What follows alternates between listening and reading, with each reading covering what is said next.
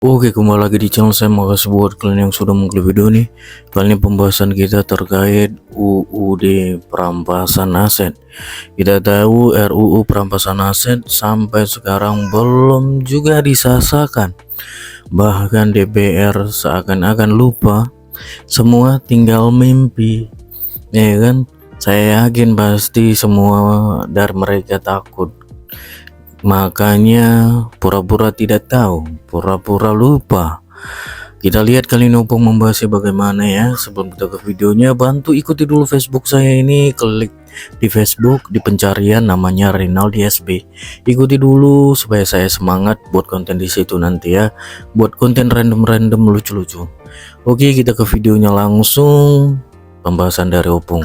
Let's go. Dari sekitar 50.000 peraturan dan undang-undang yang sudah dibuat pemerintah dan DPR, ada satu undang-undang yang membuat DPR seolah-olah alergi untuk membahasnya. Tahu kalian apa? Iya, betul. Undang-undang perampasan aset. Iya. Belum sah juga sampai sekarang. Alergi minum susu coklat takut mencret. Iya. Juga lah mereka ini ya paling alergi membahas undang-undang perampasan aset, karena begitu dibahas dan disahkan, yakin aku banyak dari mereka yang mencret. Iya. Mencret. Iya. Bung, gak ada bahasa yang lebih halus dari mencret. Apa lagi bahasa yang halus dari mencret? Berak campur air. Wow, sama aja ya. Nggak ada. Kalau untuk urusan kayak gini ini, aku nggak bisa membuat bahasa-bahasa yang halus, nggak bisa. Betul. Karena cukup serius ya. Padahal pelakunya mahasiswa. Nggak usah dihalus-haluskan bahasa. Orang tak dikenal. Iya. Ya, jadi tahu enggak kalian, kalau bicara tentang undang-undang perampasan aset ya, kalau bisa bagi mereka ini sesuatu yang harus dihindari. Kayak alergi kita gitu ya. menghindar dari mantan yang udah pernah kita hamili. Kayak begitulah ini, biar tahu kalian. Iya. Kalau mantan dihamili itu pun itu udah kurang ajar itu, Bung. Ini tanggung jawab lah. Iya. Kalau mantan yang ditanggung jawabi itu namanya istri. Iya, betul. Iya kan, mantan pacar kita jadi istri kita toh. Ini mantan yang udah dihamili tapi dihindari. Begitulah jahatnya orang ini. Betul ya. Pung, nggak ada bahasa yang lebih sopan santun, Pung. Nggak ada. Karena kita orang Indonesia ini ya harus selalu beranalogi. Dan kalau bisa analoginya itu sederhana. Iya, gampang dan dimengerti harus selalu ya. ada kaitannya dengan kehidupan sehari-hari. Kan itu yang sering terjadi, ya kan? Hamil mantannya, pergi dia ke perempuan lain, kan begitu kan? Iya. Ada yang di sini yang udah pernah dihamili mantannya. sorry. Nggak punya norma kau, pun nggak punya adab kau. Lah, sekarang ku tanya dulu sama kalian, apa tingkah laku orang ini yang tidak mau mensahkan undang-undang perampasan aset ini beredar? Jangan cuma Rocky Gerung yang mengatakan bahwasanya kalau kasar ngomong itu bukan artinya tidak beredar. Betul. Aku nggak pernah ngomong bajingan tolol. Iya. Aku cuman ngomong mantan yang dihamili tapi dihindari. Cuma itu. Iya. Kan banyak kejadian.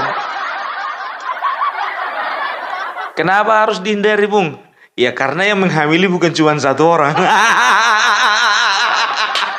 Takut dia dimintai tanggung jawab. Padahal yang make rame-rame. Ini artinya apa? Kalian itu sebagai seorang generasi muda, jangan pernah merusak daripada hubungan kalian. Itu maksudnya. Dan kepada laki-laki, ya hati-hati, jaga kehormatan pasanganmu, dan juga perempuan, ya hati-hati, selalu jaga kehormatanmu. Karena biasanya orang yang mengatakan, "Dek, Aku siap untuk menjaga kehormatanmu. Justru itu yang mau merusak kehormatanmu. Jangan terlalu percaya mulut laki-laki zaman sekarang ini. Kok gitu ngomongnya Bung, anti kali kau sama laki-laki. Karena itulah makanya Bung Parbela nggak pernah pacaran sama laki-laki.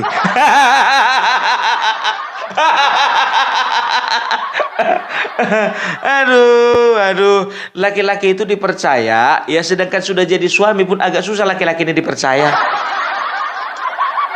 Tunggu mau mati dulu baru bisa dipercaya. Di mananya uang kau simpan, Pak? Ada itu mah di laci. Di mana lagi, Pak? Itu ada emas. Kira-kira beratnya itu 100 gram. Itu di kolong lemari.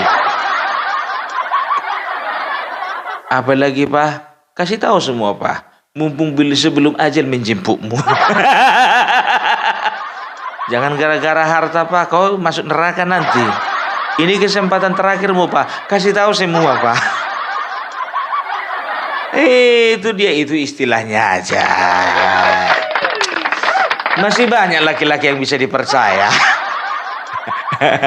Contohnya Agri Fanani, AR Mahmud,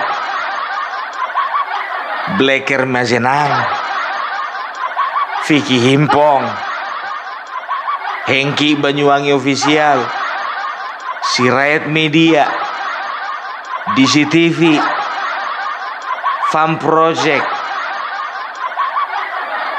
Perasaan semua itu nama-nama kawan YouTubermu, Bung.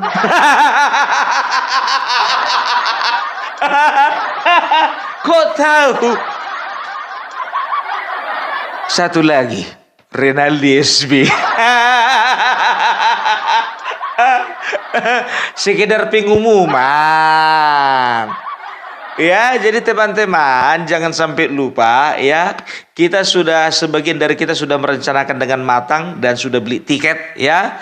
Tanggal 21 kita akan berada, 20 malam sih sebetulnya. Kita sudah berada di Kota Solo, tapi kita akan aktif untuk beraktivitas di Kota Solo sekitar tanggal 21 April 2025. Ya, kalau kalian ingin merapat ya, kami kemungkinan besar ada di Hotel Lor-In Kota Solo. Nah, nanti kita akan bertemu dengan Bapak Joko Widodo. Kita akan ke rumah beliau. Setelah itu kami kembali ke hotel. Nah, kalau misalnya kalian ingin bertemu dengan kami ya, laki-laki yang masih bisa dipercaya ini, kami kumpulan lelaki yang bisa dipercaya. Datanglah kalian ke Hotel Lor-In, tapi maaf ya, kalau misalnya ke kafenya atau ke hotelnya ya atau ke restorannya, datang sendiri, order sendiri, bayar sendiri. Ya kalau mau nginap kalian bayar sendiri. Kalau mau makan minum juga bayar sendiri. Karena apa? Kami ini adalah kumpulan laki-laki jujur yang tidak tahu bagaimana caranya korupsi. Nggak ada uang untuk membayarnya.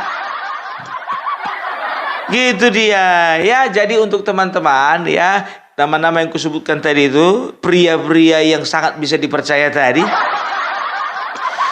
ya akan berada di Solo 2 hari, di Jakarta, di Jogja 2 hari, dan juga di daerah Jakarta 2 hari ya. Jadi tepuk tangan dulu untuk kita semua. Dan juga terima kasih untuk teman-teman yang sudah berkontribusi ya. Dan sampai hari H nanti kami di Kota Solo, Opung Parbelak masih membuka kesempatan untuk teman-teman semuanya yang ingin menyisihkan sebagian daripada rezekinya untuk berkontribusi kepada Opung Parbelak. Di sebelah kanan ada nomor rekening dan di sebelah kiri ada nomor telepon Opung Parbelak. Kalau misalnya kalian ingin bersilaturahmi atau berkonfirmasi, Pung aku udah kirimnya, silahkan. Kalau misalnya kalian juga mau contohnya menitipkan souvenir untuk Opung Parbelak untuk diberikan kepada keluarga juga silahkan. Mumpung belum jadi pejabat, kalau udah jadi pejabat nanti gratifikasi namanya. Jadi kembali kita ke laptop.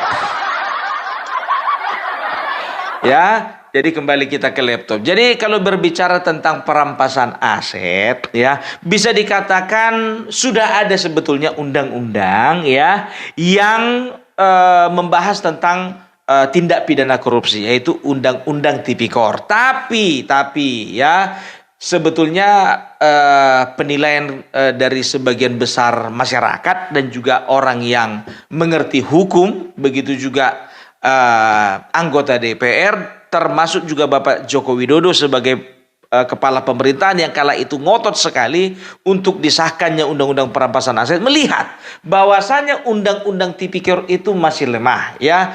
Kenapa Undang-Undang Tipikor itu masih lemah, ya? Kenapa tidak ada ketegasan, kurang ada ketegasan, ya? Karena seringkali misalnya yang dikorupsi katakanlah misalnya 2 triliun, ya, yang diwajibkan untuk dikembalikan ke negara hanya sekitar 900 miliar.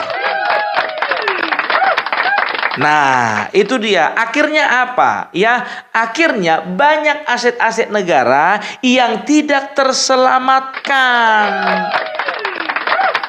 Gitu loh. Dan juga bisa dikatakan ya, hukumannya itu tidak terlalu berat. Tapi kalau misalnya kita berbicara undang-undang perampasan aset, ya, ini bisa lebih kuat daripada Undang-Undang Tipikor. Karena apa? Ya, mengandung ketegasan. Ya, karena apa? Setiap hal yang berbicara tentang merugikan negara, maka akan ada tindakan yang diambil, khususnya oleh pihak kejaksaan. Maksudnya apa, Pung? Gini. Jadi, ya, kalau misalnya ada undang-undang, ya, ada beberapa pasal, ya, di dalam Undang-Undang Tipikor itu yang masih ambigu gitu loh, ya. Contoh misalnya ada penyelewengan dana, kan begitu, ya. Kalau penyelewengan dana itu bisa dikatakan sudah masuk dalam bahasa korupsi, kan begitu, dan bisa ditindak, kan begitu.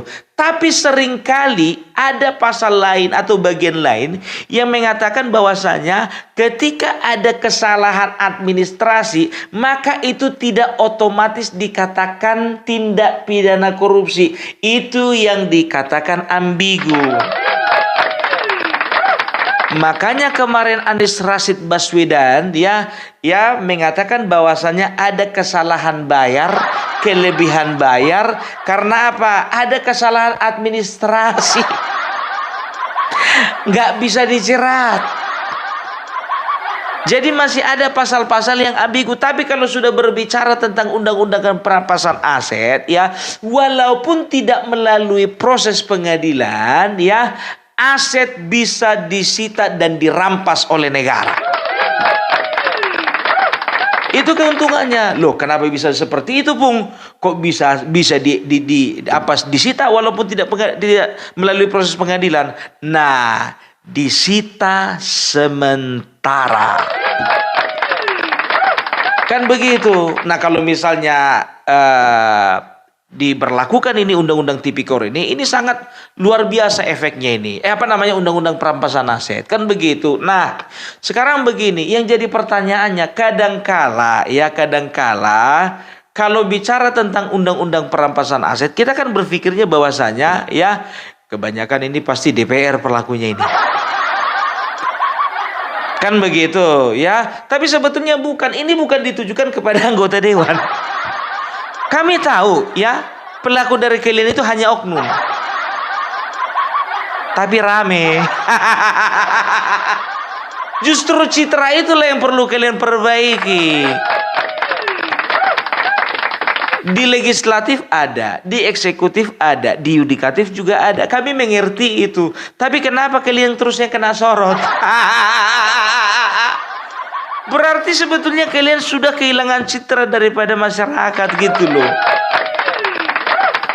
Perbaikilah, makanya buru-buru cepat-cepatlah, ya kan, sahkan Undang-Undang Perampasan Aset itu, ya. Jadi sebagai pengetahuan, ya, Undang-Undang Perampasan Aset itu pertama kali itu diusulkan oleh PPATK, ya, pada tahun 2008. Jadi setelah itu 2008 mereka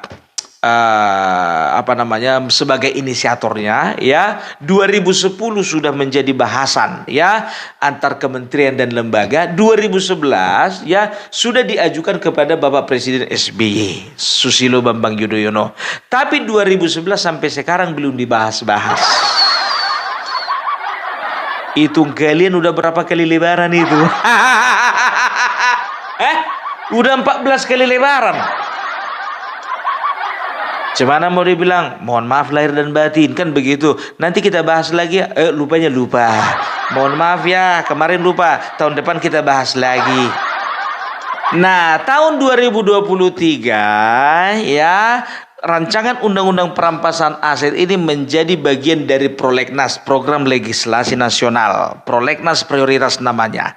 Nah, 2024-2025 dimasukkanlah ini dalam Prolegnas jangka menengah, kan begitu. Aku nggak tahu nanti bahasanya apa lagi. Mungkin tahun 2027 ya 2026 ya akan dimasukkanlah ini ke dalam Prolegnas jangka menengah agak panjang. Setelah itu 2027 dimasukkan lagi ke Prolegnas agak panjang sedikit.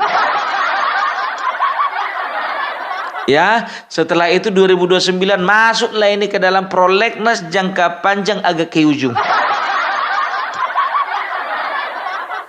2030 masuklah ini ke dalam Prolegnas agak panjang. Kali lihat aja sampai ke ujung. Iya kan begitu. 2031 masuk ke dalam Prolegnas jangka panjang sekali, nggak ada ujungnya.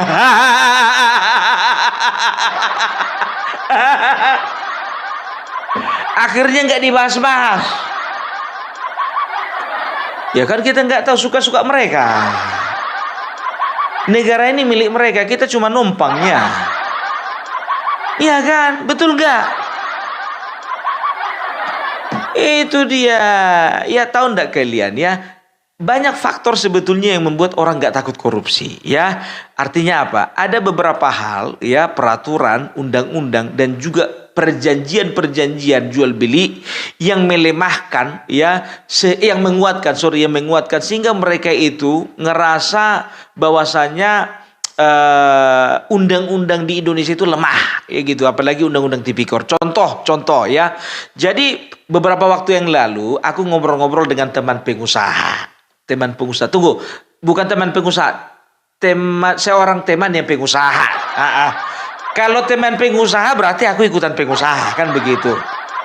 Jadi kalau contohnya misalnya Bahlil ngomong sama orang lain, saya kemarin bincang-bincang dengan teman menteri. Artinya teman sesama menteri.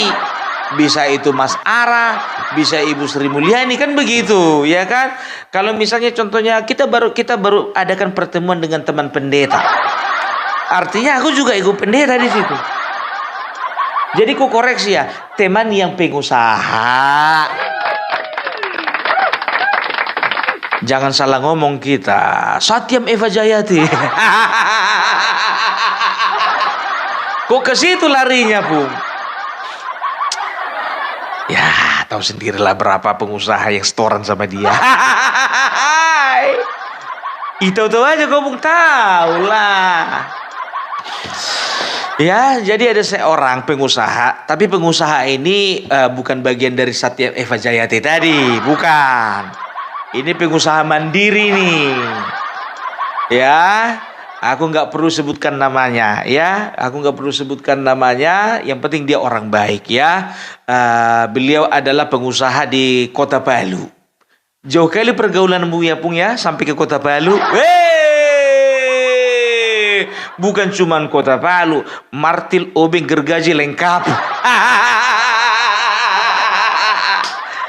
Memang harus begitu Pung Parvela. Jadi kita ngomong-ngomong sedikit, dan dia juga risau ya dengan koruptor-koruptor yang merajalela. Ya mungkin dia salah satu korban lah. Cuman beliau nggak mau gamblang ngasih tahu sama aku. Makanya dia bilang, Pung, aku buka hotel di Kota Palu. Nanti satu saat kau kundang datang ya Pung. Loh, biasanya Pak kalau pengusaha kalau buka hotel Pak, biasanya ngundang pejabat bukan pelawak. Aku bilang begitu.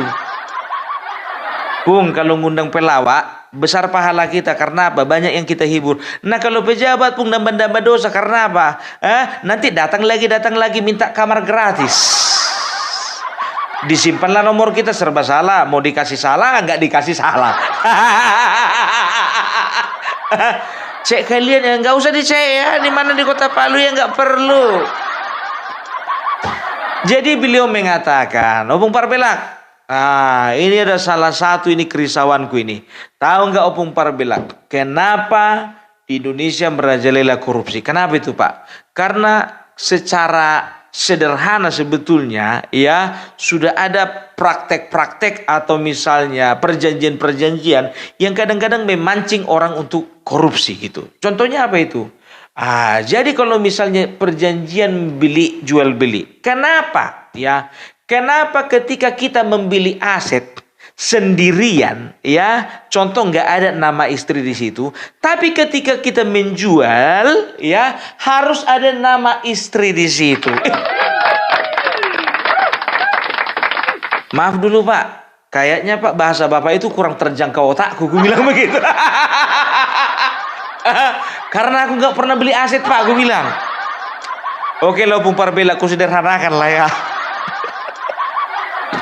Jadi begini, kalau kita beli apartemen contohnya ya, kita beli apartemen ya, kita beli pakai uang sendiri, mereka nggak tanya itu, Bapak istrinya di mana, istrinya siapa, ada berapa, alamatnya di mana, nggak perlu, karena bagi mereka ya, bagi penjual, yang penting uang masuk, tanda tangan, serah terima surat, selesai.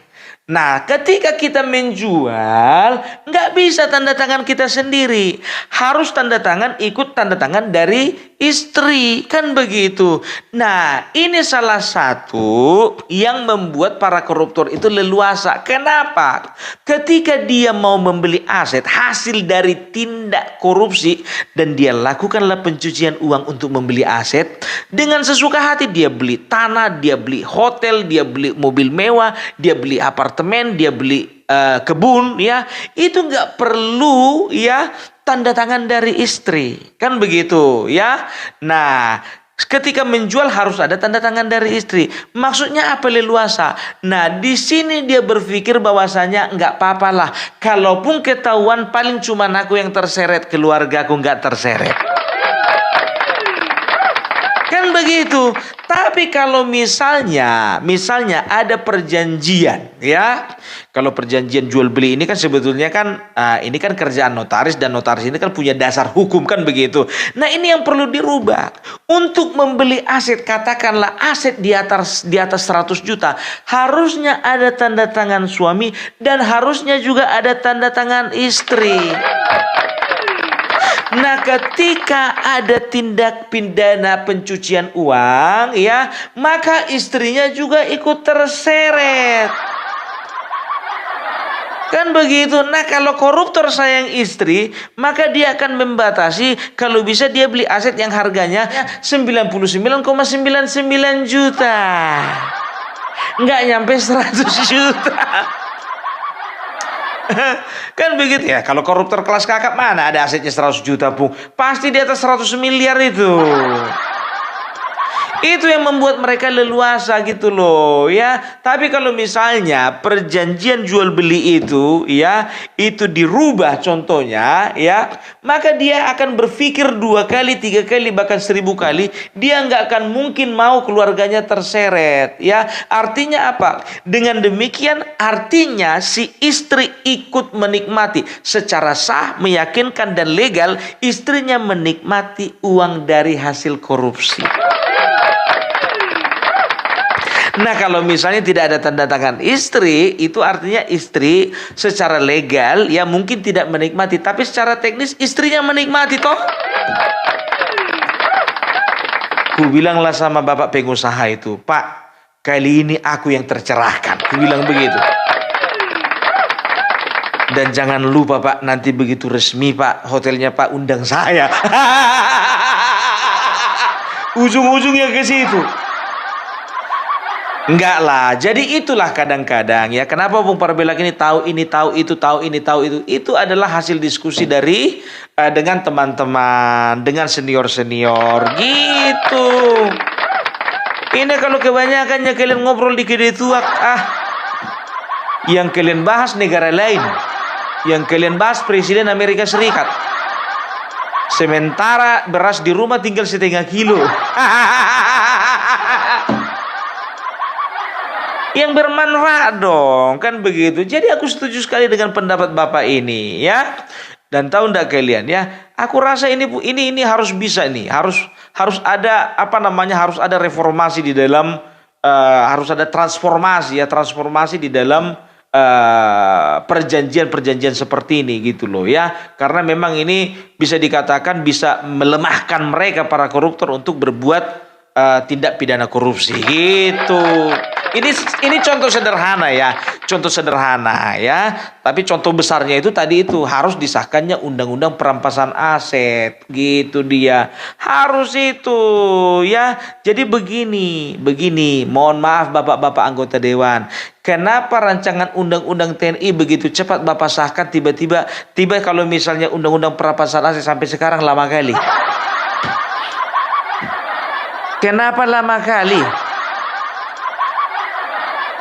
Jangan buat kecurigaan kami makin dalam. Kalau orang ini kan begini, udahlah nantilah dibahas periode DPR selanjutnya aja lah. Berbahaya kalau kita bahas sekarang ini. Begitu pergantian contohnya nanti 2029 gitu juga. Nanti aja lah untuk DPR periode 2034 aja lah dibahas ini. Bahaya kita mencret nanti. Kan begitu ya kan? Apa ada yang udah dapat gambaran?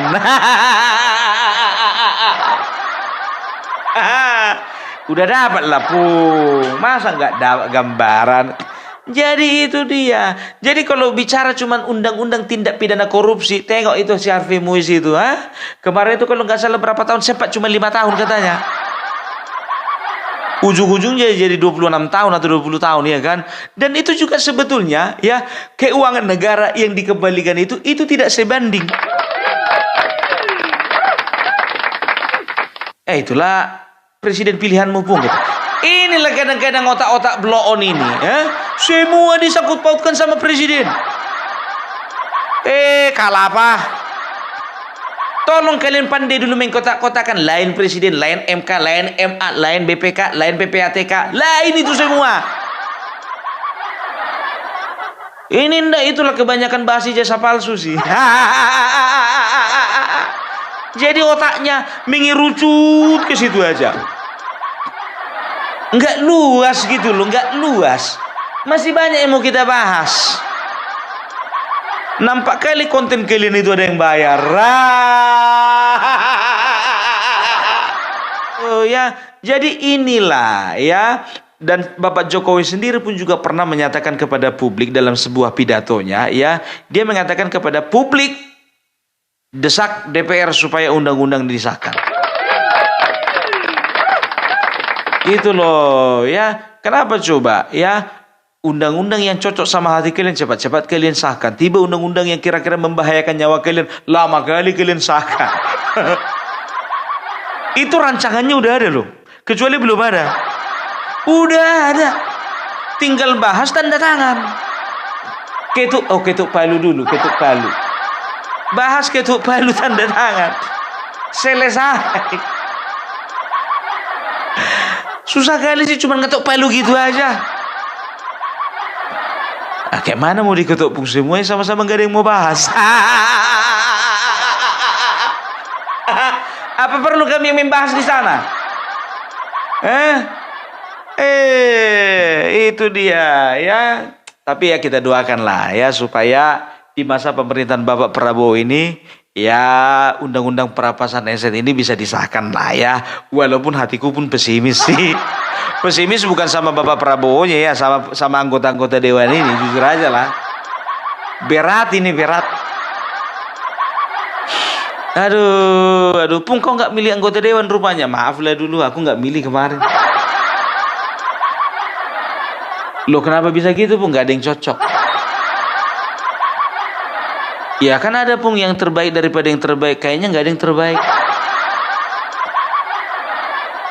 Loh. Emang gak ada yang kenal lo Pung? Mana ada yang ku kenal? Masa gak ada Pung? Ada kenalanku tapi bajingan. Untuk apa ku pilih kalau bajingan? Ya kalau kayak gitu yang lain Pung, jangan yang itu. Yang lain gak kenal. Kayak mana caranya dia mewakili kita gak kenal? Dia juga gak kenal kita. Jadi kalau provinsi sama sekali nggak kenal, nggak pilih. Kalau pusat pun apa lagi? Kalau pilpres pun jangan tanya. 02. Emang kau kenal Bapak Prabowo? Emang Bapak Prabowo kenal samamu? Enggak juga sih. Tapi kan kita bisa lihat, kita bisa kenal bagaimana visi misinya, kan begitu. Salam para bilak, salam NKRI harga mati. Oke, itu deh video gimana menurut kalian, dan sampai bertemu di video saya selanjutnya. Bye.